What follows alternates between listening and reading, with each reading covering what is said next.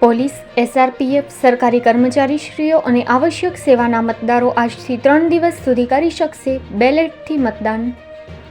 કચ્છ મોરબી લોકસભા માટે વિધાનસભા મત વિસ્તારમાં બેલેટ પેપરથી મતદાન માટે કુલ 6 ફેસિલિટેશન સેન્ટરની વ્યવસ્થા.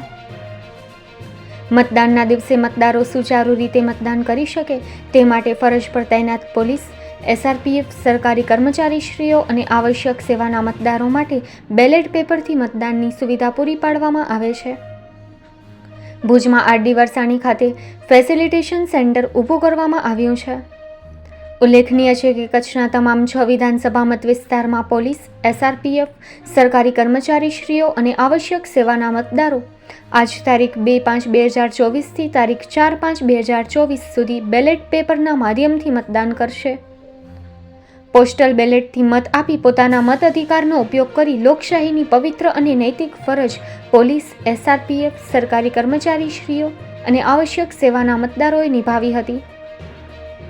ગેઝેટેડ અધિકારીશ્રીઓની હાજરીમાં ચુસ્ત પોલીસ બંદોબસ્ત વચ્ચે બેલેટ પેપરથી મતદાનની પ્રક્રિયા સમગ્ર જિલ્લામાં યોજવામાં આવી રહી છે. ભુજ સહિત તમામ ફેસિલિટેશન સેન્ટર ખાતે સવારથી મતદાન પ્રક્રિયા યોજવામાં આવી હતી.